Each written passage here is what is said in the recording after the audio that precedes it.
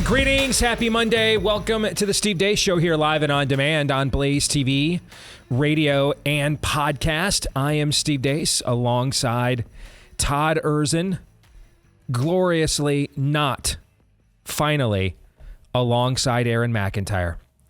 Him and Bella had their baby girl, Abigail, over the weekend. So everybody is doing great. So Aaron's paternity leave begins now. He's off for the next 2 weeks. Victoria, our former intern, is here. There she is. And I came in expecting to give like a pep talk or anything, you know, but it was very clear. Ice in her veins. Yeah, a gamer. Absolutely. I mean, she is fired up, ready to go. I hope she's not, this doesn't make her nervous. This is the first time I have done a show produced by somebody not named Aaron McIntyre since 2015. And I'm guessing Victoria was in elementary school then? Because that was like 10 years ago. Probably, yeah. Or at the very least, like entering middle school, maybe. So it's been a minute. But trust that Aaron did a fantastic job training her. And looks like she's ready to go. You're right. Looks like she's ready to have some fun. Now, we will do a bit of a stripped down version of the show. We won't have the opening montage for the next 2 weeks. Mainly because that's kind of Aaron's main contribution. That's kind of his proprietary thing. And if you guys know the history of the show, it just kind of started happening organically. And I was like, you know, this is so good. We should like lead off the show with this and have it kind of set the tempo. And it's not often that a guy lets someone else open his show that has his name on it. But all I really cared about is how good it was. And it set the table. Plus, you know, took some of the work off of me to not have to come up with the agenda every single day at the exact same time.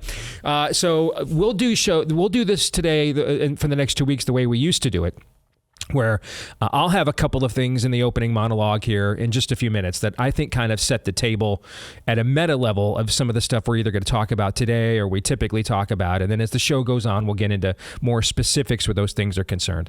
But congratulations to the entire McIntyre clan. We are very excited for them and for baby number 2. And now Ben has a little sister that he'll have to learn to protect and take care of. So looking forward to that. Also want to let you know that our show every day brought to you by our friends over at First Cup Coffee Company. It is the Patriot-owned coffee company with a flavor for every freedom-loving American, and they share your values on top of making great coffee. If you want to give them a shot, get 10% off with my promo code DACE when you go to firstcup.com and use that promo code DACE. You'll get 10% off, and then if you end up subscribing, you'll get an additional 10% off for the life of the subscription. It is shipped within days of being roasted. They put the roast date right there on every bag, and if Aaron were here, he'd tell you how great this coffee is because he loves it. All right, firstcup.com, promo code DACE. That's firstcup.com, promo code DACE. And I also want to remind you that the outstanding network special that we put together at BlazeTV is still there. I mean, this is something that every single American needs to see. And if I can't believe when you look at the combined talent at this network, we haven't justified for you, what is it, $10 a month or something, I think is what a subscription to BlazeTV is. But if that would be the case, then this piece of content certainly does it. Bought and paid for. How politicians get filthy rich. Every single living American needs to see this. All right, you get $30 off your Blaze TV subscription so you can watch it with Deace Originals as your code. DaceOriginals.com is where you want to go. DaceOriginals.com. I think it could very well be the finest piece of content ever produced at this network by any of us in over about the 5.5 years that we've been associated now with the Blaze. DaceOriginals.com is where you want to go. $30 off when you use the code DaceOriginals at DaceOriginals.com. All right. Coming up on today's program, at the bottom of the hour, it appears we have reached the juncture I long feared we would get to in the life debate. And if you recall, this probably was something we were talking a lot about in 2015, 2016, that there's a limited window, I thought, and this was right as the whole debate between, I guess we'll call it pro-life incrementalism, and it's been given several different terms over the years. Absolute, pro-life absolutism. When we attached legislative, system to it. We called it personhood based on the language in the Fifth Amendment, and the 14th Amendment echoes that language.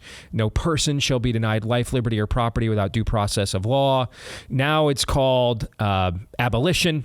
All right, so it's gone through several different kinds of headlines or brandings, but it's basically the other view, which is that we should we should try to drive abortion out of existence like abolition did the slavery movement, okay, back in the 19th century.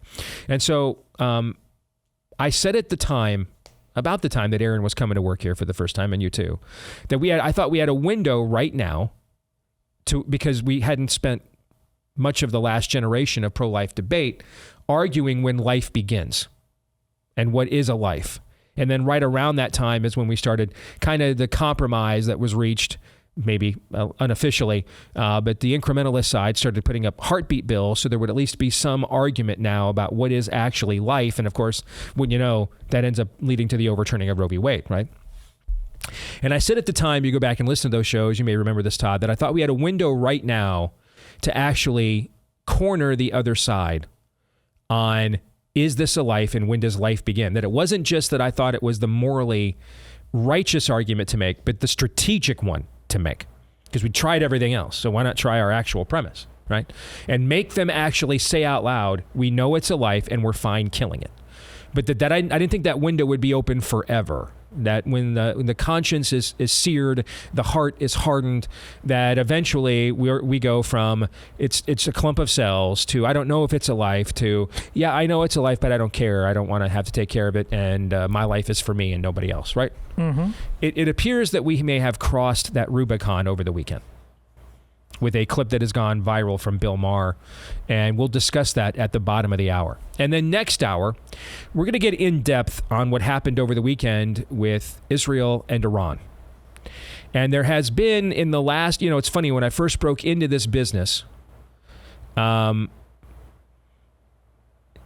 hyper dispensationalism was, in its view of Israel, and we'll get into some of that next hour, was kind of the dominant theme when I first got into this business. You literally had people within the Bush White House like literally quoting, or even pastors literally quoting scripture verses on the rationale for their Israel policy. And that was just kind of the accepted nomenclature on the right. And the way I'm wired to be a contrarian, and I'm a brand new baby Christian. I don't know a lot about this stuff, and over the few years, I'm getting discipled, and I do a lot of research on what the Christian church has historically thought of Israel in a post-New Testament church world, and I discovered that this viewpoint is actually relatively new. Like the Catholic Church never had this viewpoint, and many of the reformers, actually, on the Protestant side, didn't have this viewpoint either. And so this is and that the relationship between Christians and Jews is a little bit more complicated than the current dispensational norm, where a lot of your conservative Orthodox Jews, and we have a lot of friends like that, Josh Hammer, Daniel Horowitz, in many respects, they feel more friendly with Christians than they do their fellow Jews when it comes to defense of Israel, right? Yeah. They've even said that stuff on our show. I saw Tom Fitton at Judicial Watch say the other day, as a Jew, he feels more comfortable working with this Christian organization than he does many Jewish ones, okay? Well, what's happened now is this thing's kind of gone way to the other side, where are we just asking questions, or are we rebranding anti-Semitism now and using that as the just asking questions is a trope. It's a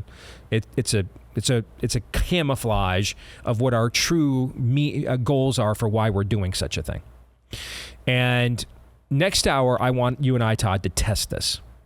All right. Avi Meyer is the former editor at the Jerusalem Post. He put out a series of posts over the weekend in the aftermath of the what was it? Something like 300 missiles Iran launched at Israel.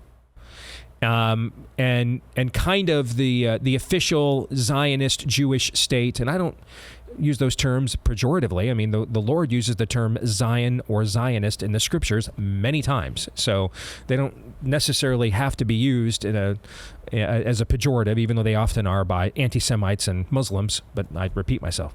He kind of gave, I think, sort of the Netanyahu Zionist pro-Israel Jewish reaction to these talking points, right?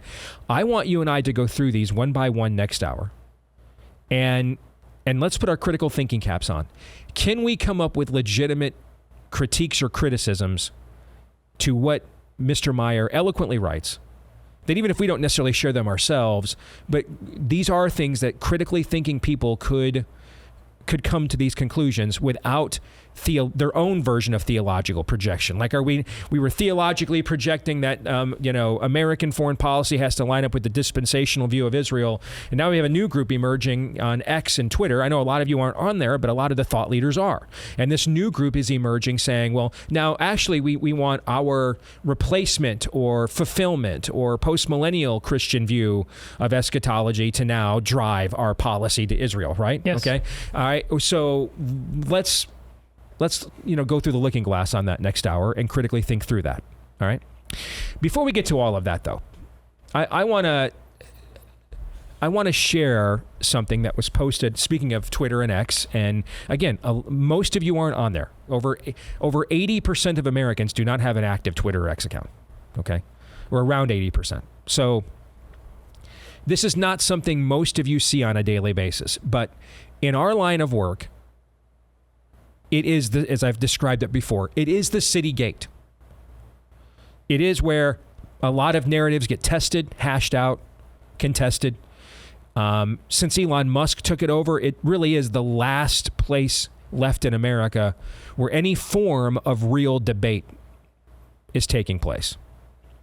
And I would kind of say, Todd, in the transition since Elon took over, it's gone. My own thoughts, looking at my own account every morning, and if you're in our line of work, you have to have an account. I mean, you have to. There's no other way that you would possibly be able to keep up with everything happening in the thought leader space without it. The hours it would take to acquire this all on your own. It's must-see TV, basically. Yeah. Fair? Yes. And, before Elon took it over, well, there was the pre-Trump era. It was a phenomenal place to argue, debate, and create and test narratives. What happened after Trump, because again, he used this to get around a lot of corporate media to get his narratives out, and he used it successfully to get elected, they began to clamp down on dissent little by little by little right after Trump took the oath of office. And then, of course, this culminated with just the flat-out government-sanctioned censorship. You think of Alex Berenson's lawsuit against Twitter, which, the discovery process revealed they were literally taking orders from the Biden White House and the CDC, even still under Trump, of whom they were going to censor to make sure you weren't allowed to test any of their talking points, right? Yes. And so, the year plus before Elon bought it, it was just like, there needs to be more dissent here. I mean, there's just way too much regime pruning of this app. Now I feel as if just idiots are, what's the, if you hate Iowa, one of the acronym for our states is idiots out walking around, all right? There's a lot of that now on X and Twitter, but you know what? I would rather have that than the latter, because much rather have that, because in the latter case, I get to decide, right? I can mute people, I can unfollow people, I can downvote them so that the algorithm doesn't put people that I deem, in my own opinion, as not being serious as much in my feed, as opposed to some, oligarchy masquerading as a board of directors at Twitter doing this for me, taking literal orders from 1600 Pennsylvania Avenue, the Democratic National Committee, right? Yes. All right. And one of the people on there that I follow, and I know this is a name a lot of you know, I think she used to be on 60 Minutes back in the day. Wasn't Cheryl Atkinson on 60 Minutes? I know she was a very high-ranking award-winning reporter. Yes. I think she's with Sinclair now. But I believe back in the day when we actually still feigned corporate America, or corporate news still pretended to do news, I think she was one of the journalists on 60 Minutes. Okay. And over the weekend, I saw this X post/tweet from Cheryl. She writes, "How can it be that nobody has done an after-action report on our botched COVID response that explains, with the benefit of hindsight, what we should do differently next time? And there will be a next time. As it stands, I conclude we'll make all the same mistakes, Nobody's been held accountable. Nobody has admitted their mistakes. The CDC concluded it just needs more money, which it got, and power. What's wrong with this picture? Her diagnosis is 100% correct. But it's of this. But I say this respectfully as someone who respects her work. And for example, she did a feature on my buddy Bill Salier, who used to guard President Bush at Camp David, the decorated Marine who they tried to kill by not letting him have ivermectin during COVID, remember? All right.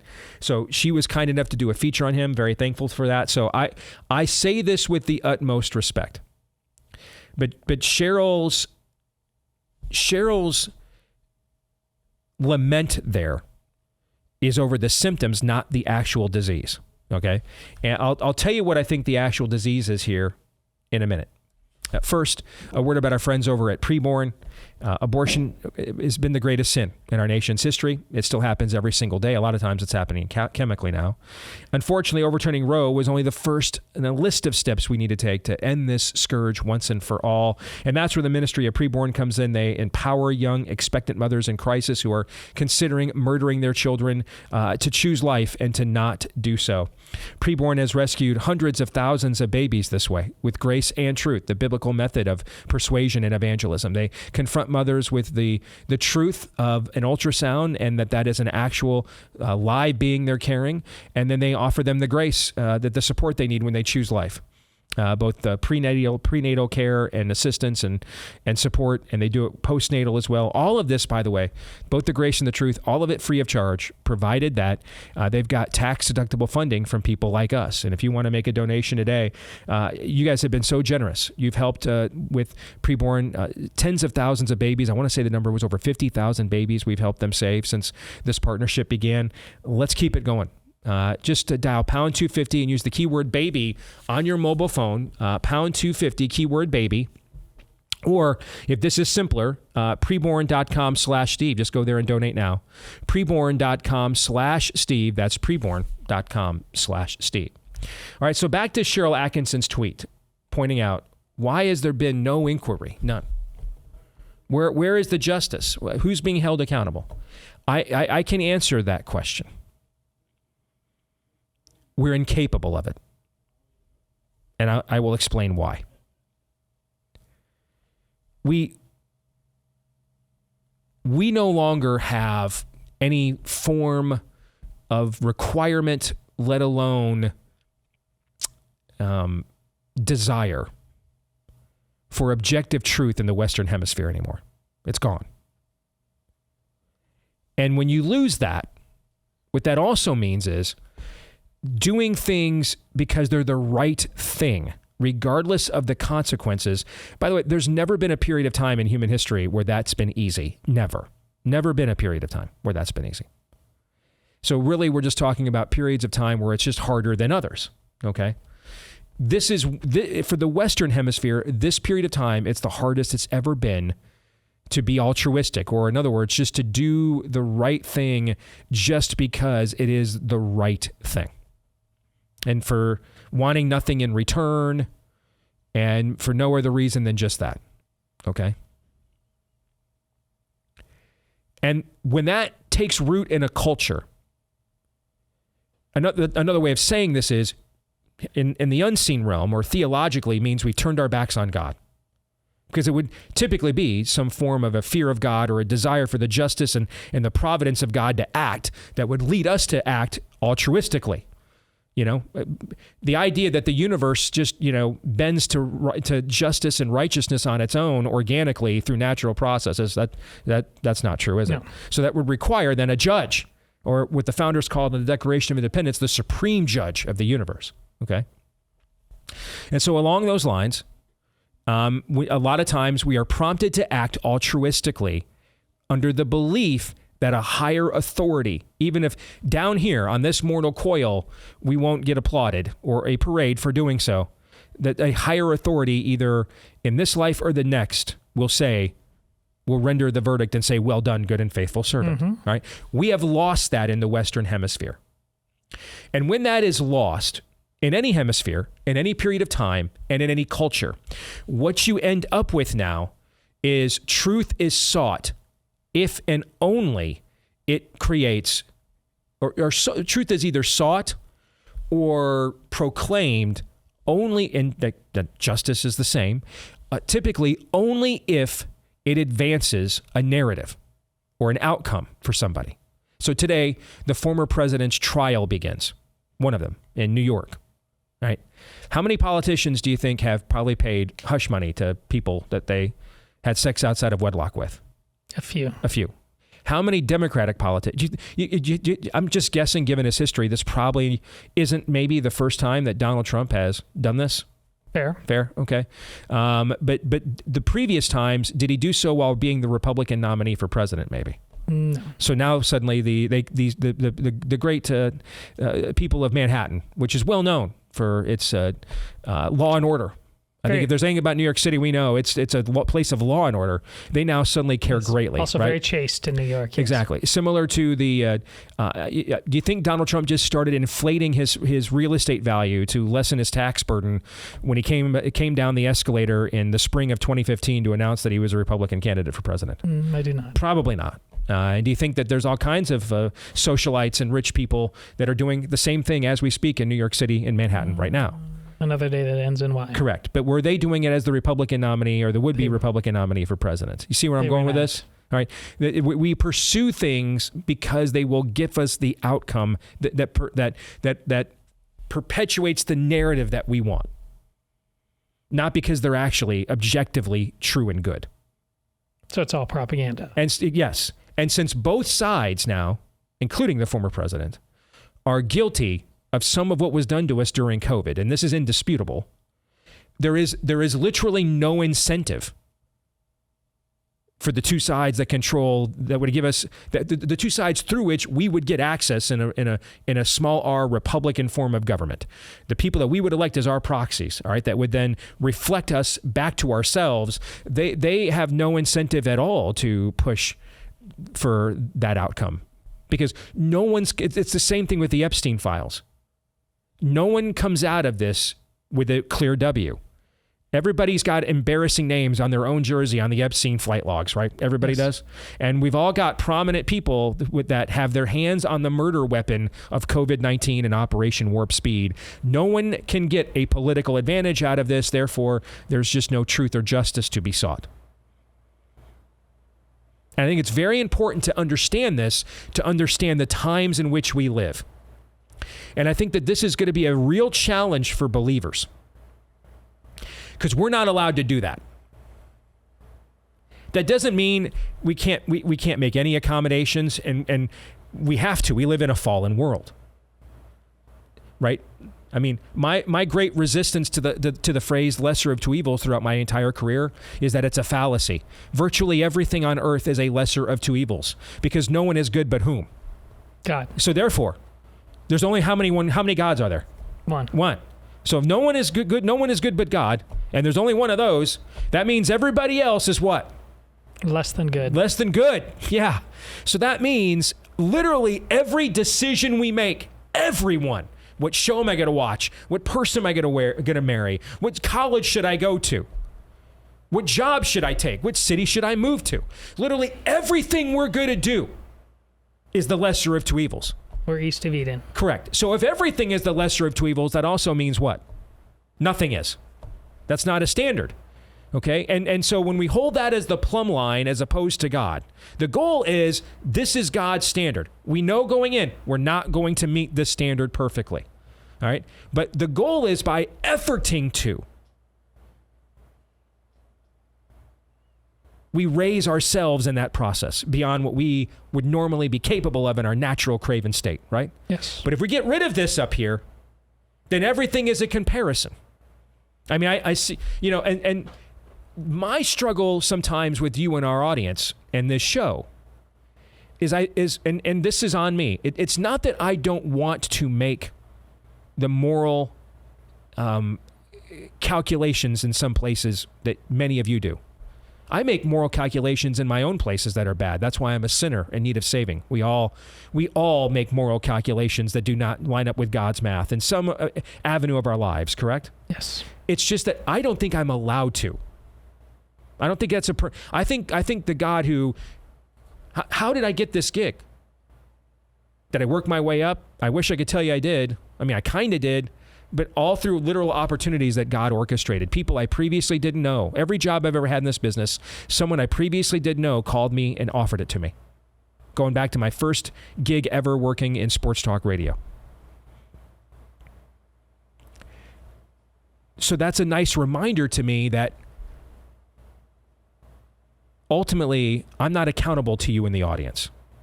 I'm accountable to him. That doesn't mean I don't want your approval. But that can't be the driving force of what I'm going for, because are you good? No. Am I good? No. And so when two sides decide they're going to hold each other to the standard of what is good, and neither one is basically good, are we going to push to good?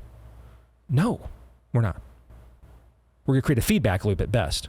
Hey, you overlook my blind spots and I'll overlook yours, basically. And that's kind of where we are now. One of the things I saw over the weekend, and so you may think, well, Steve, you're very schizophrenic. You were just hammering Trump on the life issue a few days ago. And now you're out there saying the Trump administration, and we'll get more into this in the next hour, the Trump administration deserves great credit for Jordan, Saudi Arabia, taking action, not just releasing statements. They took offensive action in support of Israel against Iran. So which is it, Steve? There is no which is it. They're both true. You ever read through the story of David? Actually, you know what? Let me broaden it even more. Everyone in the Bible. Everyone except Jesus in the Bible. You ever read through their entire stories? I mean, over here, Todd thinks Peter is the first bishop of the church. Jesus once looked at him and said, hey, dude, get thee behind me, Satan. I mean, that was like the harshest rebuke he gave any of his apostles. He gave to St. Peter. I mean, David's doing great. Decides one day, Lord told me never take a census, not to take pride in my own troops and what I've accomplished. He decides, I'm going to take pride. I'm going to take a census. And you're like reading this and you're like, why? Why did you do this? This is the human story. We all are like, why? So is it true that Trump's abortion standard is morally abhorrent? Yes. And it's not the same standard that Republicans before him have taken. That's not true. I wish people, including people I like and respect, would stop saying that.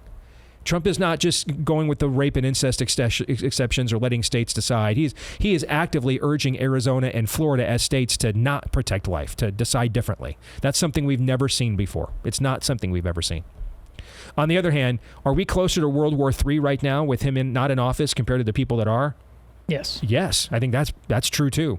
And so that's going to kill a lot of innocent people too if it happened, right? Yes. Yeah. So this is the human condition. So I'm not schizophrenic. We are. We are all schizophrenic. I get emails all the time from young men. You guys are really encouraging me. You've really encouraged me, Steve. You're setting a good example for men like me. 4 years ago at this time, I was contemplating walking out on my marriage.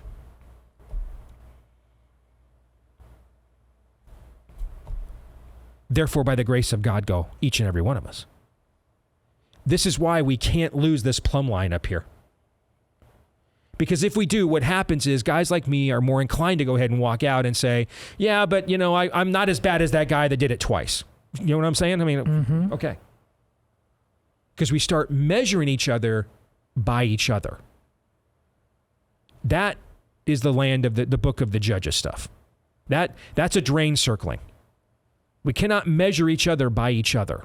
Ultimately, we have to practically, because we are in relationship to one another in this world, okay?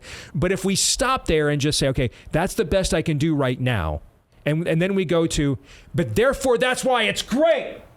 No. You see what I'm saying? Mm-hmm. That just the best you can do right now doesn't mean it's objectively good. And if you decide to abandon the objective good, I promise you the best you can do right now is going to get worse and worse and worse and worse. Because there's nothing up here holding the standard up and saying, let's aim for that. No, we brought everything down here. We've rebuilt the Tower of Babel. We will bring God down to our level, or we'll come up to his. More in a moment.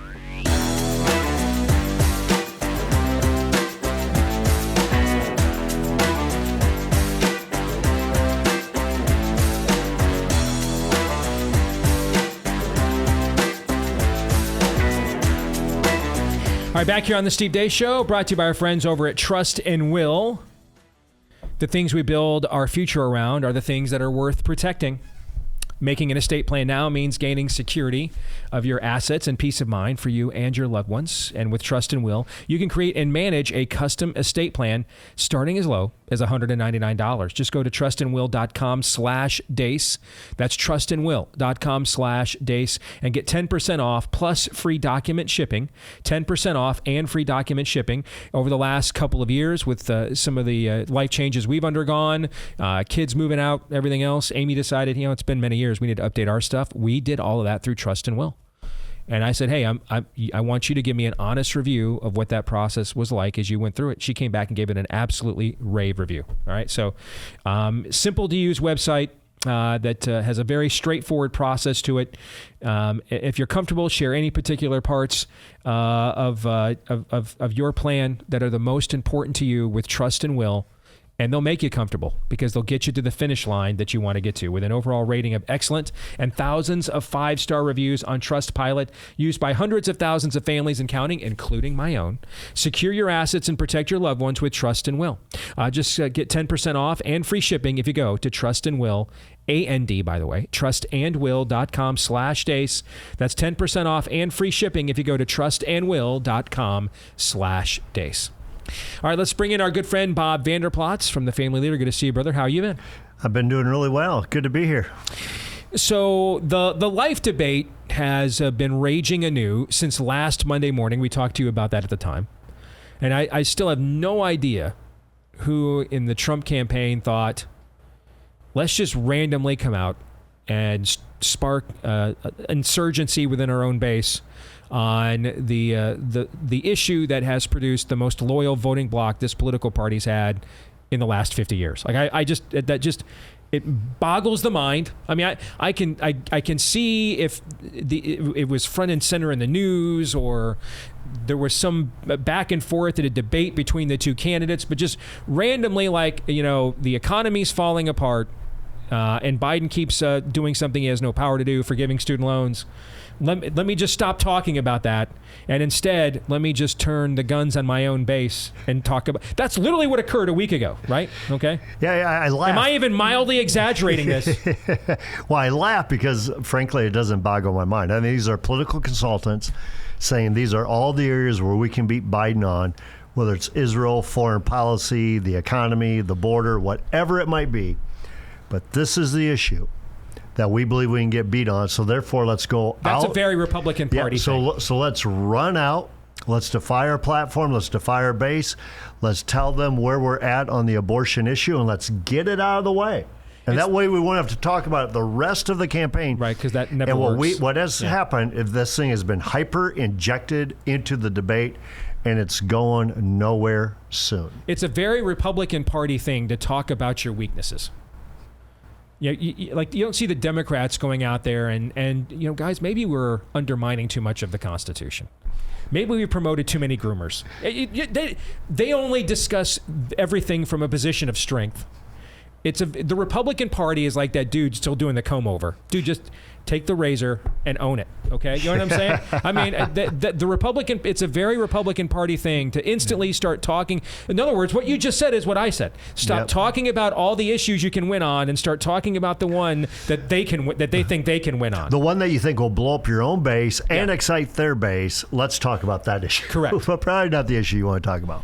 One of the things that it did do this week, though, unintentionally, is I think it provided a very revealing moment, and it came on a show that a lot of revealing moments have occurred in the last few years, and it's because the guy hosting the show, for lack of a better analogy, is kind of he's kind of the spirit of the age version of me, for lack of a better description. Like, he's a sincere, real believer. Mm-hmm. Like, he actually believes in their talking points and gets offended when he finds out after the fact they really don't believe these talking points. These are all just lies to acquire power. So you control. call the right's bluff. Yeah. He calls the left's bluff. Correct. Yeah.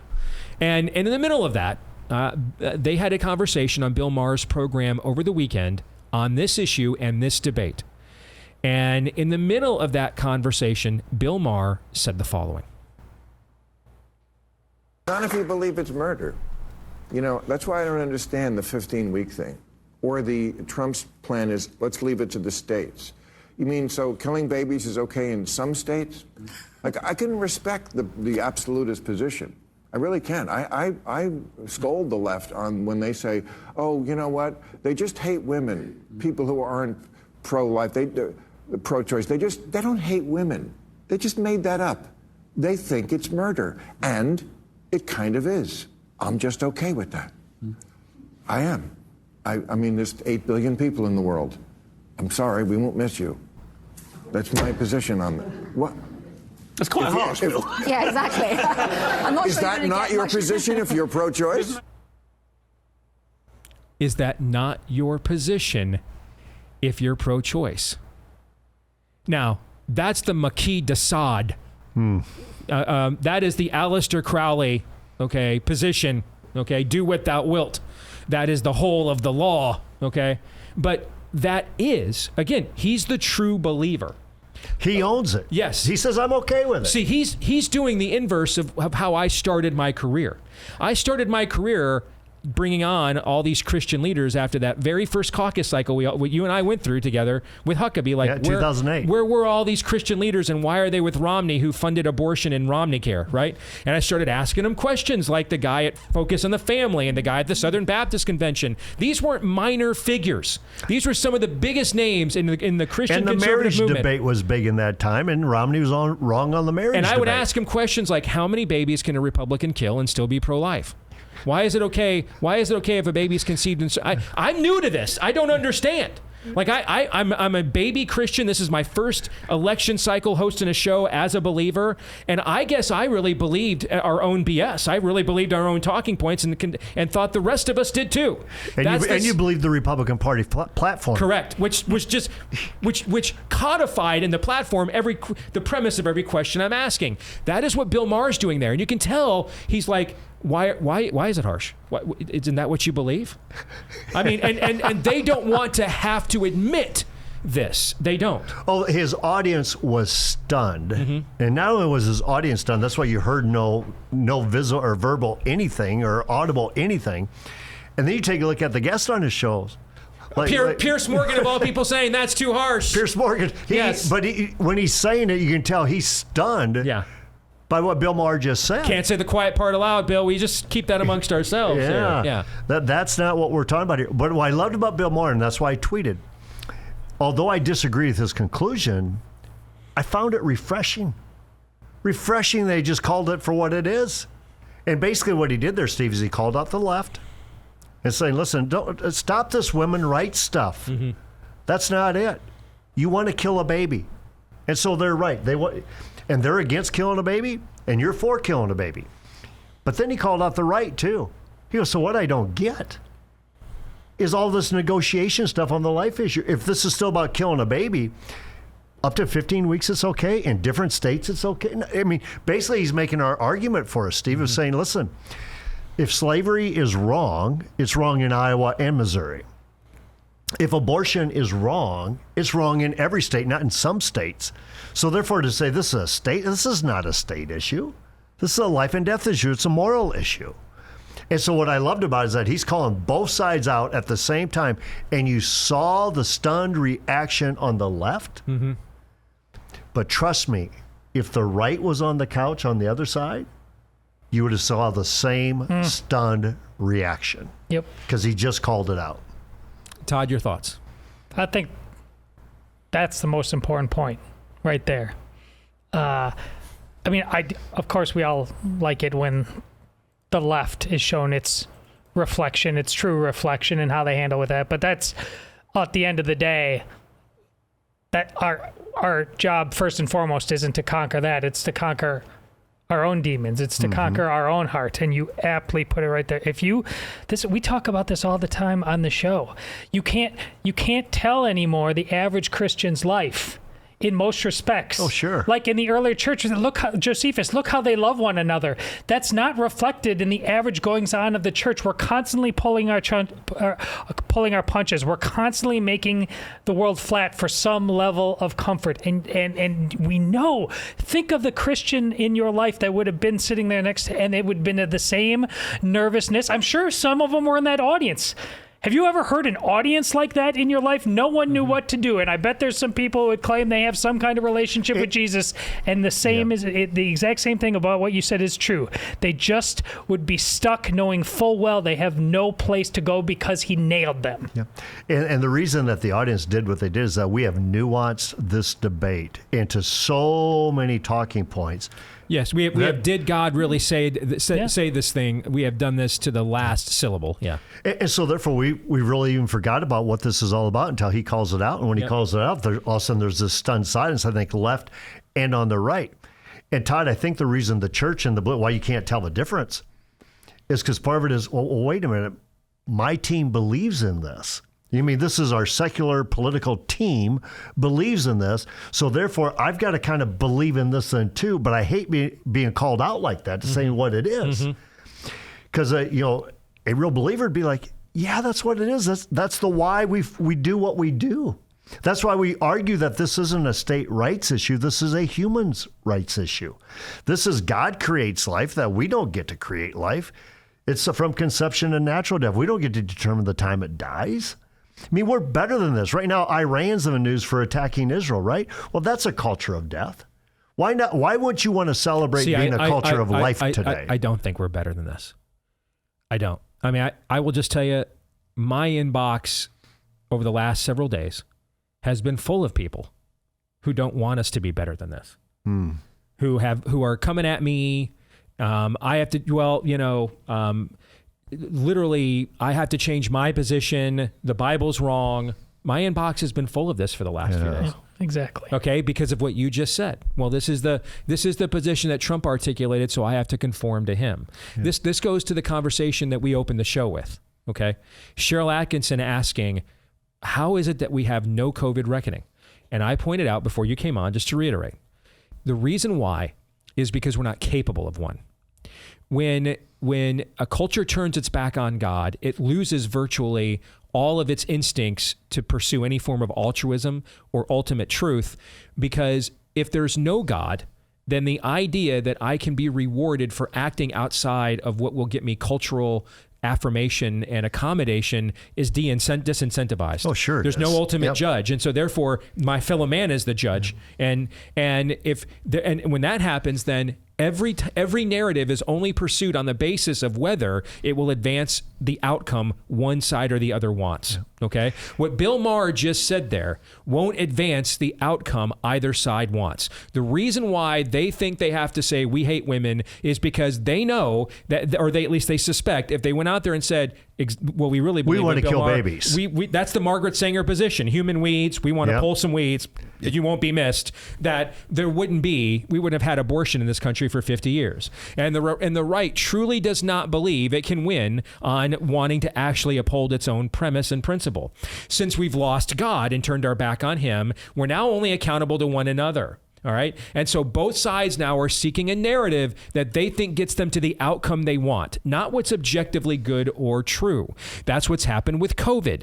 Both sides have their hand on the murder weapon. Both sides were involved in locking us down, masking us up, jabbing us up, poisoning us up. And so there's no reason for anyone to pursue this or the Epstein flight logs or anything else, because there's so many of everybody's team on every one of those lists that I can't win if this truth comes out. And so I'm not going to be the one pursuing justice or truth in this area. This is where we are as a culture. And even within this audience, and I push this audience and lean on this audience as much, if not more, than any other show on a platform this large in the United States of America, particularly from a biblical worldview, even in spite of that, and probably knowing how I will react to your attempts to do this and that they wouldn't hold up to 5 seconds of my scrutiny, I still have received tons of these notes the last few days, because in those days we had no king. So everyone did what was wise in their own eyes. The end of the book of Judges. Yeah. So when you lose your moral absolutes, you lose your moral underpinnings, now it becomes to what can I sell? Yep. And what can I sell to the point so I can win? And that was the other question on one of my tweets was, let's say we forgive everything or forego everything. And you know what? When you win, what do you really win at the end of the day? And so to us, when you hear Bill Maher talk about this with the sanctity of human life, and even though he ends in the wrong position, I'm glad he clarified it about this is where we're at. This is where it is. And so does the church need to be involved? You bet I believe the church needs to be involved to reestablish the why, what you talked about. Understand why there's a difference in what we do, that you should look different to your neighbor, okay? The why. But on the other piece of it is, in a post-Roe world, it would sure be nice to have a champion for a culture of the sanctity of human life who can articulate the why that ends up to the what and why we're a better country than this. And what my fear is here is that we have just gone to the lower common denominator, although we're just a little bit better than the other side. Yeah. And that allows us to win. And again, I ask, so what are we winning? That's a very good question. And I mean, and then you'll hear people say, well, until the church does this, well, again, who has a show this of this size or large or harder on the church collectively than I am? But I just want you all to know, when you get to heaven, you're not going to be able to say when it's your time to see if you can get in there or not. Well, you know, I was going to do that, but the church, nope. The idea that you individually get to punt on what you know is right and wrong because the institutions around you have failed. You're not accountable to institutions. We are accountable to God, and that's the thing. And we have completely lost. I mean, I've literally got emails from people. Well, you know, if we elect this guy saying this stuff, we'll only kill this many hundreds of thousands of kids. I mean, like they're, you know, like that's how this works. And that's not how it works. But again, because we are all pursuing an agenda of truth and justice if it gets us the outcome that we want, not if it's actually true or justice. I'll give you the last word. I had the opportunity to speak at a pro-life banquet on Saturday night. And I talked about this. I said, you know, how we'd love to have a champion for the sanctity of human life right now, especially in a post-Roe world. And the politicians obviously are not going to do that. We saw that last week. The politicians are not going to be that champion, that clarion call for the sanctity of human life. So I said, if that's not going to happen, then you need to take up that mantle. You know, Todd does, Steve Deace does, Vander Plaats does, your audience does. And I know that elections come down to choices, and I can even understand the rationale why you'd vote one way versus another way. I get that. But where is your voice on this issue? Because when your voice is risen on this issue, the politics will change as well. That's very You're well said. the church as well. That's very well said. A great note to end on. We'll come back. Hour 2 is next.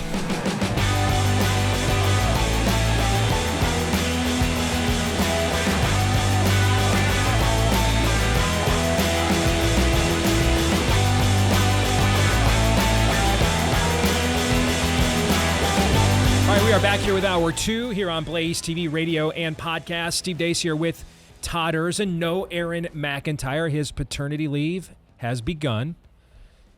Aaron and Bella welcomed beautiful little Abigail to the world over the weekend, so we'll see him in a couple of weeks. Victoria, our former intern, is here. She is crushing it so far. We haven't put too much pressure on her, though. No. I'm letting her think we're kind of girl dads and nice for a day or two. Then we'll see if we can crush her spirit maybe by Thursday. Thoughts? Of course, by Friday, she's probably going to be asking us if it's smoked or something. You know, it all goes fast. Bob walked out of here and said to her, walking out of the break, "You sure you're not too young to be producing this show?" No, she is holding her own. She's doing a great job. So congratulations to the entire McIntyre clan, and we will see them again 2 weeks from today when Aaron returns. Until then, we are in very capable hands. You can also let us know what you think about what we think via the stevedeace.com inbox by emailing us, steve@stevedeace.com. That's DEACE. Like us on Facebook, me, we, and Gab. Follow me at Steve Deace Show on Twitter, Getter, Instagram, and TikTok. And then if you listen to the podcast, then you are a big part of our audience. Please, if you wouldn't mind doing this for us too, hit subscribe or follow if you're on iTunes. That way, every time we do a new episode, it shows up in your podcasting feed every single time. Or leave us a 5-star review if you like the show. And thanks to all of you that have done that for us as well. Thanks to our friends over at Jace Medical. My own affinity for Jace hit close to home for me. here last week. You can probably hear maybe a little nasally in the voice, fighting the annual, well, it used to be annual until COVID, then the viral interference. I didn't have it that year. But my normally annual sinus infection started that up middle of last week. And I'm like, oh, man, I got to find the time to go to the doctor and everything else. And then I realized, no, I don't. I've got my Jace case. And I looked, to make sure, because I first got this thing filled like in 2022. So I wanted to make sure the stuff wasn't expired. Actually, perfect timing, which reminds me, I got to get another Jace case from Jace Medical. But my doxycycline that was in there didn't expire till the end of April. So the sinus infection came at the perfect time. All right. So started the doxycycline right away, clearing that puppy up. Didn't have to waste time going to the doctor that I don't have and everything else. That's one of the reasons to get the Jace case at Jace Medical, the convenience factor. But the biggest reason is peace of mind. We're living through an era right now. We've got rations and drug shortages, and that's coming out of an era where they told us that drugs that had won Nobel Prizes, that had literally saved hundreds of thousands of lives all over the world for decades, were now suddenly dangerous and needed to be taken off the market. May or may not work against the pandemic, who knows, but they certainly weren't dangerous. Okay, so that's dishonest, and that's why you want to make sure to get the Jace case, especially too, if you've got elderly parents, grandparents that you're looking after, taking care of. You want to make sure they're not completely beholden to the government for what they need. Get that peace of mind from our friends at Jace Medical. Get the Jace case. It can be expanded also beyond those venerable antibiotics like doxycycline. It can be expanded to what you need or your loved one needs. If you go to jacemedical.com, J-A-S-E for jacemedical.com, J-A-S-E for jacemedical.com, and use the promo code DACE at jacemedical.com. Promo code DACE will get you a discount at jacemedical.com. All right. This hour, Todd, I want you and I to help lead the audience through a critical thinking exercise, because this would normally be something I'm in favor of, by the way, even if I don't necessarily agree with the viewpoints that are being expressed, because I'm just a contrarian by nature. I'm just the guy that kind of thinks, one of my favorite stories in all of the scriptures is with a minor prophet, not minor in the meta sense in that he wrote a small book of the Bible, but minor that he has a very small role in the Bible. I think his name's Micaiah, or I think is his name. And this is how the infamous King Ahab is killed in the scriptures, the worst of Israel's kings, maybe, except for Manasseh, who sawed Isaiah in half, but that's another story. But the king of the south and the king of the north go to meet together, one of the rare times after the kingdoms were split that they joined together to fight a common enemy. And the king of the south, where they're still, they're like Republicans, they're still pretending to be Jewish there. Okay. So they're still going to temple and stuff. They're still going through the rigmarole of it while doing what they want. The northern kingdom's basically Bill Maher at this point. Okay. Yeah, we know that Jehovah told us not to worship at Bethel and Shiloh. We're just going to do it anyway. All right. The northern kingdom's just letting the freak flag fly. That's why Ahab's in charge. Okay. And the southern kingdom is still, they're like the Republicans. They are pursuing degeneracy, 10-2 on the wheel at a safe, manageable speed. Okay. So the king of the south goes up to Ahab's court, and they're getting ready to go to war against a common enemy among the Gentile pagans. And the king of the south is like, we're missing something here. Back home in Jerusalem, we still at least pretend to listen to God's prophets. We still at least have some around. Shouldn't we consult the word of the Lord to see if we're doing the right thing, And Ahab's like, well, maybe you guys, you don't know how we roll up here. I basically killed all those guys because, I hated what they had to say. I kept getting rebuked. Okay, we kept having droughts, and I'm trying to introduce a pagan religion here. We had this one prophet, Elijah, one time, and he went out there and just knifed all my guys. So we've been kind of doing the purge, kind of the public policy up here in the north. Have you seen this movie called The Purge? That's kind of what we're doing up here. And he's like, but just for funs and giggles, I kept one of them. All right, he's down in a cell, down in the basement. We bring him out every now and then at court, just to kind of laugh at him. All right, but I brought him just as a reminder of how things used to be around here. For fun, I kept one. But I need to warn you, and this is literally what Ahab says right in the Bible. He says, he never tells me what I want to hear. Okay, so they go down and get the guy, drag him out of the basement. All right, bring him in to the court, and so they say, hey, we're consulting the word of the Lord, or the oracle here, the prophet, is this, will the Lord bless us if we go to war? And this prophet says, I looked out and I saw a great victory for you, O king. And Ahab stops him right away. He's like, come on. I know that's BS. You never tell me what I want to hear. Tell me the truth. Right? And so Micaiah says, okay, here's the word of the Lord. I looked out and I saw the shepherd was struck down and the sheep scattered without the shepherd. What he's saying is, if you know how war was conducted in ancient times, similarly, you see this on a chessboard where the king is kept in the back row, right? And protected by, who's in the front row? On the chessboard? Pawns. Yeah. All right. So the common folks go out and fight on the front lines while the king and the aristocracy stays. And you got them, guys. Okay. But back in ancient times, if the king was killed in battle, the armies would scatter. They wouldn't know what to do because that was the chain of command, right? Okay. And so what he is saying is, you're going to go out there to war and you're going to get struck down, and it's going to cause Israel's defeat, which is exactly what happened. Okay. And the idea of, he never tells me what I want to hear. See, I think we need to listen to the people that never tell us what we want to hear. Doesn't mean, did I say they were always right? No. Did I say we should always do what the people who never tell us what we want to hear tell us to do? Did I say that? No. No. But the one sure way to make sure that you are in a movement and not a cult is if you will at least grant an audience to the people within your own ranks who will not tell you what you want to hear. Fair? Yes. And because if you can't beat them, if what you're proposing cannot stand up to their objections, and even though they may not agree with you, they're at least favorable to you. Okay? If you can't overcome their objections, your chances of overcoming the objections of those who are not favorable to you are much, much lower, right? Yes. So movements need their contrarians. They need them. And I'm not just saying that in a self-serving way because I am a contrarian, but I kind of am. Okay? So movements need people like me, I hope. But in this case, I don't think I'm often seeing contrarianism, though, Todd. Because I struggle to see how you cannot understand the historical stakes here unless you don't want to. And maybe that's not fair. Okay? We have gone through a very large dumbing down of the country, right? Yes. So, we've gone from you could never question Israel on the right to now the cool kids on the right are questioning Israel.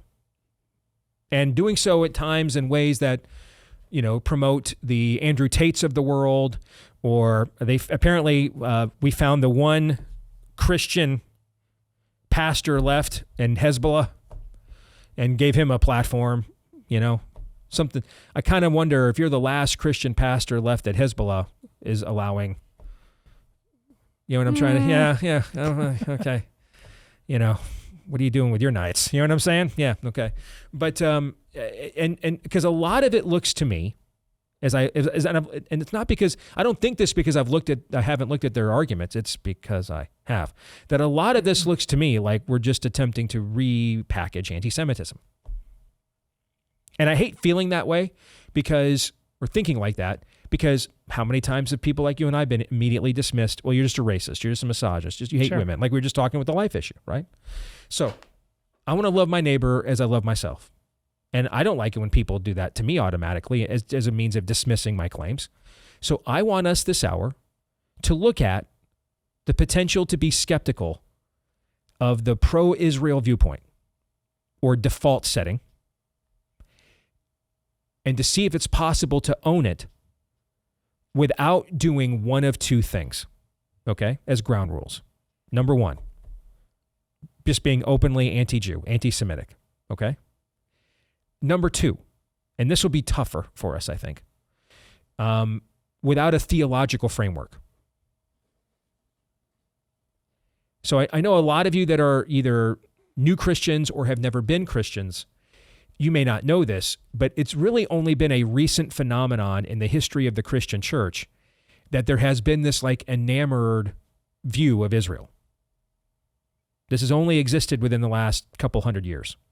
Prior to the advent of a theology known as dispensationalism, which basically there's a lot to this, okay? whole books have been written on this. So I'm not going to stick the landing in the next minute and a half description. But in general, what it means is that God has divided history up into dispensations, okay? Or periods Covenants. of times where things are revealed, Yes. okay? Or are given prominence, okay? But it also believes that Jews and Gentiles are on separate prophetic tracks. Okay, it means that the church they don't believe that the church has fulfilled or replaced Israel post Messiah, but that the Jewish people have been set aside. Okay, for a period of time. We'll get into all this in the Roman study. Okay, the period of time of the Gentiles to make Jews jealous for their Messiah. Okay, and that after rapture, when the church is removed, then the Jewish people will again take center stage, where God will finish his prophetic mission with them. And again, there's a lot more to it than that, okay? But that'll give you enough to be dangerous and not be an idiot, okay? Fair? All right? Yeah. Catholicism has never taught this. I'm sure there are, because of the popularity of this view, there are Catholics who believe this. But institutionally, this is not a view that Catholicism going back. And really, if you look at Catholic theology, a lot of it, as you know it today, kind of goes back to Augustine in that era, has never taught this. Right. Okay. Neither, by the way, has Protestantism until the last couple of centuries. Like, none of the reformers would have believed this. Zwingli, Calvin, Luther, none of them would have. Okay. Knox. In fact, they all believed in what is often derided today as quote unquote replacement theology. Okay. But that's kind of a put down. Some of them believe that, but a lot of times they just believe when Jesus said it is finished, that period of the covenant was finished. The covenant that had been fulfilled. Okay. The reason God ultimately established a covenant with Israel was not to give them land or to make them his people, but was to create a messianic line. Okay, and the Messiah would come forth, the Lamb slain before the foundations of the world. He would fulfill the wrath of God, the suffering servant. He was bruised for our transgressions, beaten for our iniquities. This would all occur, right? And then at the end, Jesus says, "It is finished." And so what this viewpoint means is that is completed now. Okay, the mission, the nation of Israel fulfilled its mission. It has brought forth Messiah. Messiah ran the race. He finished the race. It is finished. And therefore, we're in a new covenant now with a New Testament with the church. And the church now, we're not just working through one nation state, but we're trying to call all the nations now to the one true God. Fair description? Yeah. Okay. All right. That's what most of Christianity has believed until recently. So what you're seeing now is a resurgence of the group within evangelicalism who still believes that, are kind of, they're doing the opposite of what a lot of the ministers you're used to taking the very pro-Israel views are doing, which is they're also making the case we have to line up our foreign policy with our prophetic views of Israel. Both sides are making this case. It's just a matter of what their prophetic view of Israel is. Fair? Yeah. What I want us to do as much as possible, and it's going to be hard because we're here for theological reasons. Israel believes, going back to the advent of the scriptures, that it has a providential divine claim on this land. And Islam believes it does not. Okay? Do those things, are they rooted in philosophy, those differences? No. No. Are they rooted in some debate over geographic boundaries? No. In fact, Muhammad never even visited Israel. He went to Jerusalem once in a dream. That's the entire Islamist claim on the Holy Land. So that's all theological, right? This is all rooted in theology. The difference in theology between these two camps is did the covenant come through a son named Isaac, or did God's covenant come through a son named Ishmael? Ishmael, thank you. So one of those two.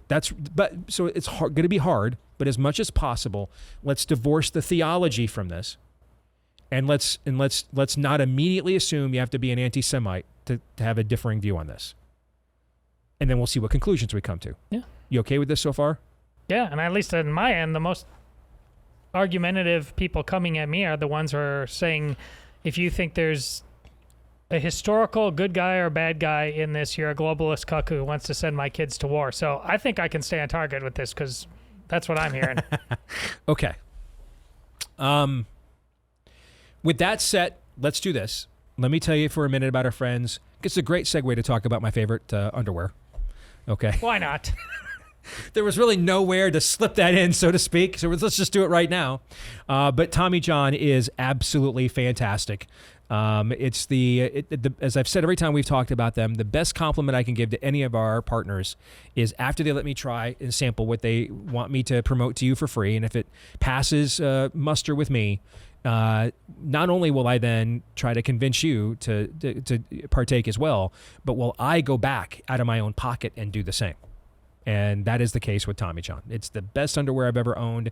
That's why they've got over 20 million pairs sold, thousands of 5-star reviews. Guys everywhere that try them love their Tommy Johns. I promise you, you won't regret it. Okay? So if you want to give it a shot, you can shop their huge anniversary sale right now by saving 25% off site-wide at TommyJohn.com/Steve. This is just for a limited time. You can't beat this deal. 25% off site-wide at TommyJohn.com/Steve. And yes, they've got stuff for the ladies too. TommyJohn.com/Steve. Again, head over to TommyJohn.com/Steve. All right, so over the weekend, Iran launched approximately, varying accounts, we look at roughly, conservatively, over 300 various forms of missiles and drones at the nation of Israel. Okay? And two things stand out about this in the aftermath. One, we had two nations that would have declared and did declare war on Israel at the very advent of its charter as a country in 1948, Saudi Arabia and Jordan, actually take active action in defense of Israel.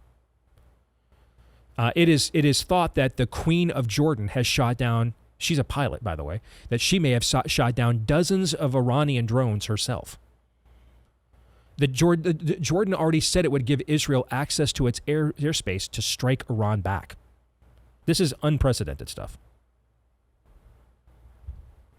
Well, Steve, these are Arab countries and they've long disdained Iran. That's very true. But we've long been not willing to acknowledge this. It really wasn't until the Trump administration came along and said, let's actually follow what people really believe and let's see what can happen. And we saw historic amounts of peace initiatives in the Middle East during that time. And you saw even now, 3 years after Trump's departure from office, the statecraft that his administration performed during that era held up at this very moment. We've also got reports out from everywhere from Reuters to the New York Times that the Biden administration actually gave Iran parameters for what its strike against Israel could be, which just blows the mind. Now, let's contrarian that for a second. What are the chances they did that because they're being cunning and saying, hey, these kooks are going to hit Israel anyway. So let's give them some parameters of where the mission's likely to fail rather than escalate into a broader. Based on what we see from this administration on a daily basis, you think they're capable of that level of realpolitik? No. Neither do I. I mean, I that would take far more faith than the belief that Jesus was dead and walked out of a tomb. Based on the evidence we see from these people, I don't believe if they were that level of cunning, mortgage payments wouldn't be 100% more than they were the day they took office. Correct. You know what I mean? If they had that level of triangulation cunning in them, they would have done this on all kinds of things by now, and the dude would have like a 55% approval rating in an election year. You know what I'm saying? Yes. Okay, that's why I have a hard time believing they were like, sure, we'll tell Iran where they can attack it. Yeah, no, I have a hard time believing that. Okay, but I just felt let's be contrarians and at least entertain it. Fair? Yep. Okay. All right. So those are the two big things that have happened since, and now people are wondering, how will Israel respond in kind? Or will they let it sit?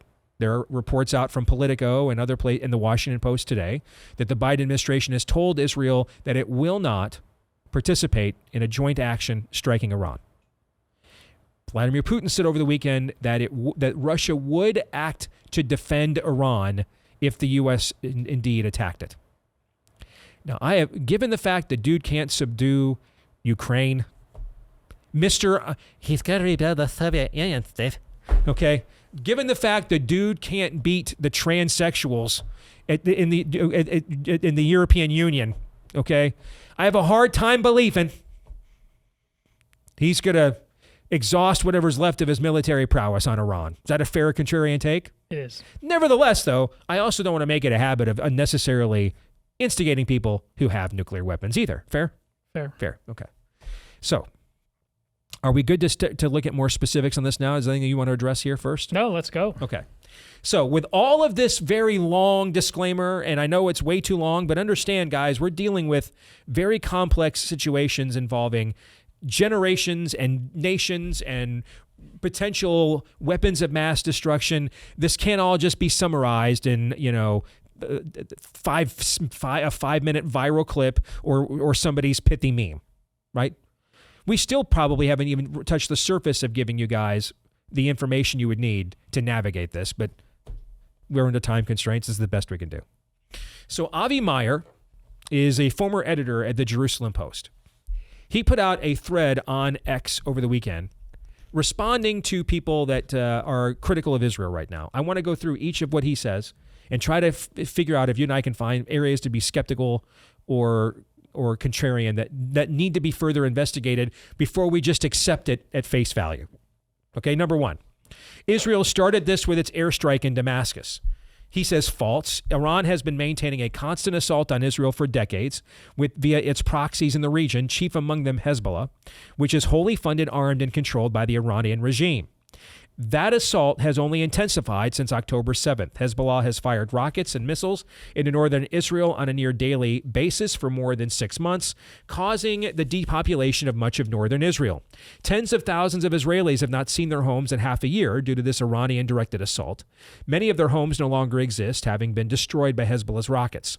The Houthis, another Iranian proxy group based in Yemen, have also fired numerous missiles at southern Israel. Finally, Hamas and Palestinian Islamic Jihad have been funded, armed, and trained by Iran for years, and the Iranian regime views the Palestinian terror groups as part of the offensive efforts against Israel. There has not been a single day in the past 6 months in which Iran, via its various proxies in the region, has not attacked Israel. The airstrike in Damascus targeted individuals directly responsible for Iran's ongoing assault on the Jewish state. So, I think the historicity that he lays out is without blemish. I think it's indisputable. Agreed. What could be disputed are the specifics.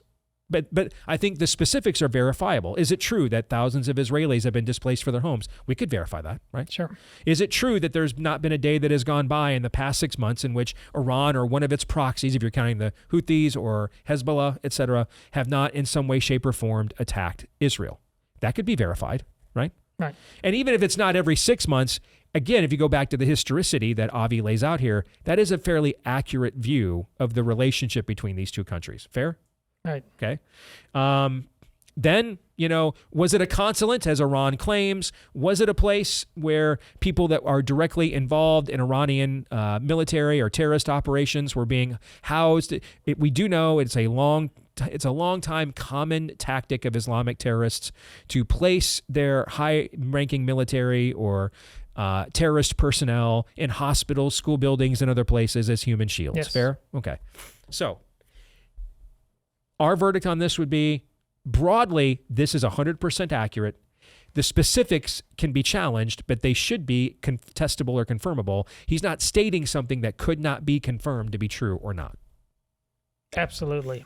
And I would just say, listen, going all the way back to Holocaust happens, post World War II, the United Nations gets together, establishes the nation of Israel, a discussion that did not happen simply because of the fallout of World War II, but it had been going on for most of the 20th century in reaction to pogroms across the world. All of that happening, and that nation that you said being formed on January 1st, 1948, the reaction ever since that time to that has been, quote, Israel started it. So and yes, you always have to find the facts, as Steve just said, then year after year, going here now into the Lord's year 2024, to shore that up. But it is a time-honored tactic. It doesn't matter what Israel says. It doesn't matter what they do. They always started it in their eyes. All right, I think we can do number 2 quickly before the break here because much of it is a quantification of what's in number 1.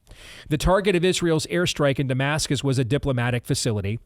He gives several names in terms that this was the local headquarters of the Iranian Revolutionary Guard Corps. He mentions specific names of high-ranking brigadier generals and generals within the Iranian Republican Guard or Revolutionary Guard. Again, to me, this is all verifiable or not. Right? Yes. That I think if this is not true, we would be in favor of some form of sanction or punishment against Israel if our government had evidence that this was not true. This would be an unnecessary provocation then. Possibly, but per what you just said on point 1, on their history of constantly actually using facades, I don't know. Dangerous game they play over and over and over again, you know? Fair. Then at the very least, if these entities were involved here, our own intelligence should be able to confirm such a thing, right? At least enough of it, if not all of it, to confirm that the pattern of behavior over the years is being engaged with once again, yes. And I think from the Biden regime's perspective, I mean, people were mocking him for saying to Iran, don't, after this bombing, okay? Guys, that's probably all he's capable of actually saying, if we're being honest, okay? But in some respects, wouldn't you think if the Biden administration could have found a way to triangulate here? I mean, they got rid of they put the Iran deal back in place. They're funded much of this, okay? If there was a way they could triangulate here and say that this was not a strategic target that Israel hit, don't you think that the Biden regime would be screaming that from the hilltops here today? I think so. I think they would. So that again speaks to, at least on a general level, what Avi is claiming here about what was the building that was actually struck by the Israelis last week. Is at least on a broad general level is accurate. And then the specifics he gives of which entities were there, which high-ranking military brass within the Iranian Revolutionary Guard were there. So would it be justifiable then to risk a broader provocation unless you were going to hit this kind of high caliber of target, right? Okay. Those are things that could all be confirmed though. Yes. Yeah. So the first 2 topics do not require any form of Zionist propaganda to accept. You don't have to be a hyper dispensationalist and that thinks Israel can do no wrong, right? You have to be some form of a globalist cuck. This guy understands our founding fathers. He's just itemizing a long train of abuses here that, like, back then, it's true now. As you said, they can be verified. Okay. There's 3 more of these, all right? We'll get to them here in a moment. Stay tuned.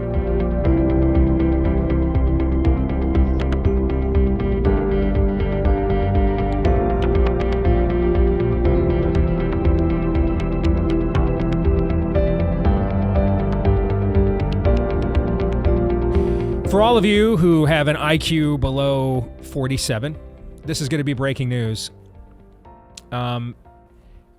Incognito mode on your browser really isn't incognito mode, just so you know. But in case that is breaking news to you, that's why you want to check out our friends over at ExpressVPN.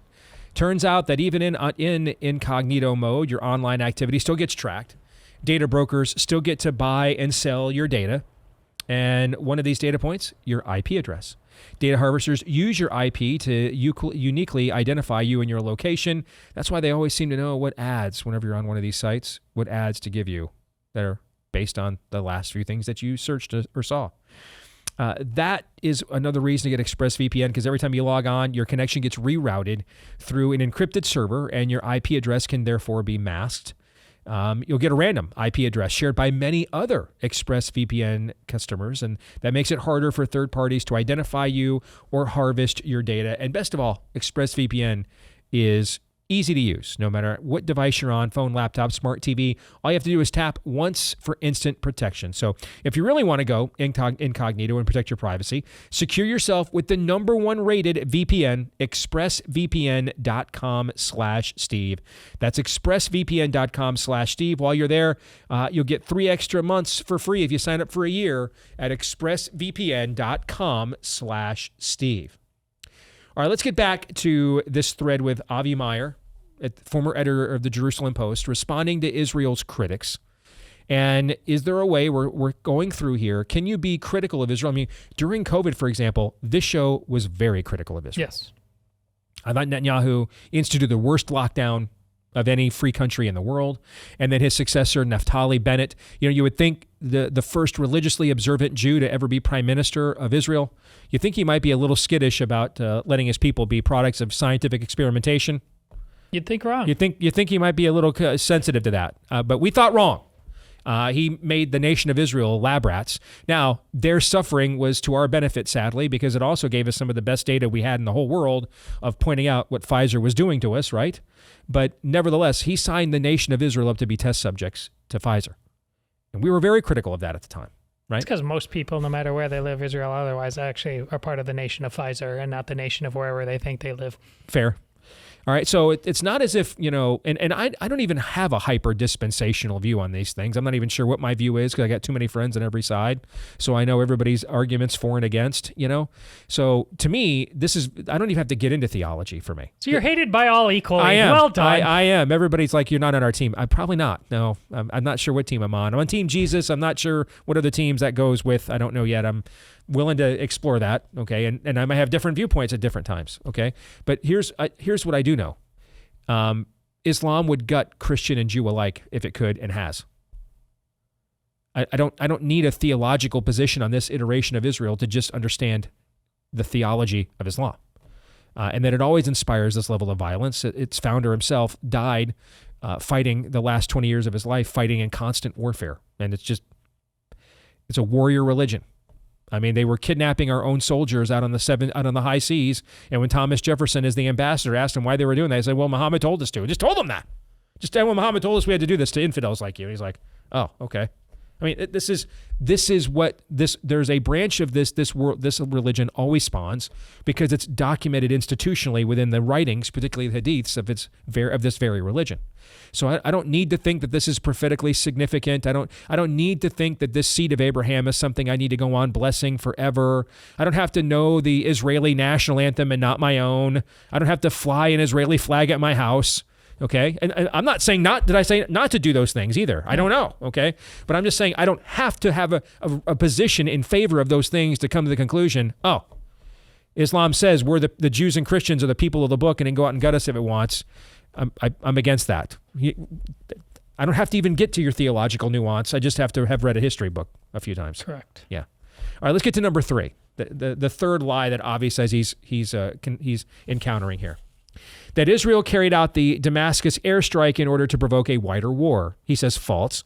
For months, Israel has limited its military response to the ongoing assault by Iranian proxy groups for tit-for-tat airstrikes and artillery fire directly targeting the sources of the attacks. The reality, however, is that large swaths of northern Israel have been uninhabitable due to the ongoing Hezbollah attacks, which are being directed by the group's patron, Iran. The only way to force Hezbollah to stop its assault on northern Israel and restore calm is to target the Iranian military officials behind the attacks. That is what the Damascus airstrike was intended to do, to end the impunity enjoyed by Iranian military officials as they oversee ongoing attacks targeting the people of Israel. Now, Todd, this one I think is the most open of the 5, in my view, to strategic pushback and contrarian view because it is largely a strategic interpretation. Okay? It's largely saying this is what we think was the most prudent course of action in light of this information. And I do think people of conscience can have disagreements about what the course of action is given the same piece of information. You're Catholic. I'm not. All right? We're looking at the same piece of information, and we have some ecclesiastical or strategic differences of what those pieces of information now require us to do in response to those viewpoints. Okay? So I do think, but much of what I have seen has not been what is a more prudent way to push back on Iran and the Islamists within your own borders. It's been, you shouldn't push back on Iran and the Islamists within your own borders. Well, that's not an option. Okay. October 7th is another reminder. We went through decades of Israel giving away how much land for peace. None of it would satisfy. They did all that. So if you're arguing that any pushback is bad, well, then I think you're either ignorant of the historicity here or you've got another agenda in mind. Beyond that, I do think reasonable people who do understand the historicity here could have differing views then on what's the best strategic approach to the premise that Avi lays out here. Well, not only do I not think they want a wider war, they know the other side does, and this is a preemptive measure to make sure that those with idea who are inspired by, hey Hamas, I like what you did with that raping and pillaging over there on October 7th. We all know that Israel, from the very beginning, as I already laid out, has been surrounded by this. Israel has the kind of actionable intelligence to know that is almost certainly what's going on here. So honestly, Steve, this is the most farcical of all in my estimation. It actually reminds me of a review I saw you offered of a movie you went to see this weekend that's supposedly the prequel of The Omen, and it's basically the Catholic Church. The Omen, not The Open. The Omen. The Omen. Yes. The Catholic Church is getting so bored that it gives birth to the Antichrist. Yes. Okay. Yeah. So you're just saying this is the Catholic version of the Temple Fund. There's a thing within evangelical circles, people that believe that Jesus won't come back until the temple's rebuilt, that they donate to the Temple Fund to encourage the Jews to try to take the temple back, to bring Jesus back. The Omen says that the Catholic Church did a version of this, that it essentially bred the Antichrist into the earth to provoke Jesus to return. Yeah, Israel wanting wider wars, folks, if you know, again, your history, not your theological history, your history up till 1948, the other side has constantly been begging for war. This does not fit. Correct. You cannot pound this yet again. I know you keep trying. This square peg will not fit into this round hole. And the Israelis, under both Bushes, under Clinton, under Obama, gave away scores of land for peace. Yes. They did sign up for a two-state solution. That's why there's a state of Hamas within Israel where they hold elections. They voted Hamas in. They've done all these things. Yes. Those things are without dispute. Okay. Anybody claim, maybe you could say they could do more and didn't go far enough. That's a point you could argue. But if your premise is that they have been trying to escalate this from the beginning, Benjamin Netanyahu's been saber rattling about Iran for the 30 years he's been on the world stage. And this is the most aggressive tactic he has taken, which was to respond to them attacking him. Okay. By the way, a statement from a senior Israeli, pardon me, I dropped my phone. Statement just a few minutes ago from a senior Israeli Air Force official credited the success in defeating Iran's attack with the information from, quote, recent normalization of relations with certain Middle Eastern countries, end quote, believed to be in that coalition, Iraq, Jordan, Saudi Arabia, among others. So this is actually a good talking point to get to number 4, that any Israeli response will cause the situation to escalate further. He says false. The unprecedented Iranian assault on Israel, which involved hundreds of missiles and drones, was the escalation. It has been roundly condemned around the world. Israel will respond to this unparalleled attack of aggression as any sovereign country would, not least in order to deter the Iranian regime from carrying out further attacks against Israeli territory and send the message that Israel will not tolerate massive attacks on its sovereign territory by a foreign state. I will say, for me, given the situation in the world right now, this is the one I'm the most leery of. I would normally be, you have now the justification to essentially crush the Ayatollahs, commence pleasantries. Okay, we have two mitigating factors here though that at least I think should cause us to reconsider the math. Doesn't mean the math still isn't the same as it was, but I do think this is a moment where we need to listen to the contrarians to some degree. Number 1, the regime we have in the White House right now. Right, the report that came out that we cited a little while ago, that we knew what Iran was going to do and actually coached them on how to do it, or what was an acceptable, attack on Israel to us. I don't trust our own. We have an evil presidency, and I just don't trust them to manage our own interests or not allow this to escalate into a broader conflict. I just don't. I don't. And I don't even think I need to go into that anymore. Then it's just like self-evident. No, you need to put an exclamation point. I believe October 7th and what's happening now is happening exactly because of what you just said. They're counting on it. They went back to giving Iran the money and everything else. I mean, under Trump, Iran was isolated and emasculated. That is not a debatable point. Just like it's not debatable that Trump's pro-life position is disappointing. It's just a matter of how disappointing you think it is. It's also not disappointing that they isolated and emasculated Iran, and the Ayatollahs are re-empowered under Biden, and that's a new thing. The second thing is we have an actual coalition of Arab countries. If you know the long-standing parochial rivalry here, Iran's not an Arab country. Okay, so we have a coalition of influential and powerful Arab countries. These aren't just minor players here. Okay, we have a coalition of powerful Arab countries coming to Israel's aid, not just putting out press releases or doing press avails for Nobel Peace Prizes. They're sharing intel. They're striking down Iranian military assets here. And so I do think if this is a real coalition, I think you have to consider their own political cover in your moral calculation. These guys stuck their neck out for you. You can't leave them hanging. You know what I'm trying to say? I mean, I think you have to at least consult them to some degree to maintain the integrity of that relationship, rather than we just wake up tomorrow and there's I don't think the Israelis would do this either, but just as an example, there's a mushroom cloud in Tehran. You know, I think that they need to be, to borrow a biblical phrase, kind of grafted into this if they're being sincere. Yeah. Fair? And to the degree that it was happening or not, Iran wants to know. Iran launched those things and there was like 3 hours to get there. Yeah. They know how Israel's going to respond to that. What they don't know is this weird new coalition. Now they do. And now they do. Yeah. And so I think you should use that asset if you have it. You know, and I would at least want to know how far are they willing to let me go to have my back, because they stuck their neck out for you. Don't stab them in the back. All right, Did you ever think you'd live in a life where the king of Jordan was more resolute in defense of Israel than the president of the United States? I know. We have said. Did you ever think you'd see? How many times have we said that the last 3 or 4 years? Too damn many. Yeah. All right, one more. But before we get there, don't forget about our friends over at Hillsdale College. You want to get the latest issue of Imprimis. It's their free digest of liberty. Goes to more than 6.5 million homes and businesses all over the country. And you're going to learn about the American Medical Association, for example. They're now saying that medicine is imbued with white supremacy. And so we need to lower the standards for DEI, ESG, and all this other demonic crap.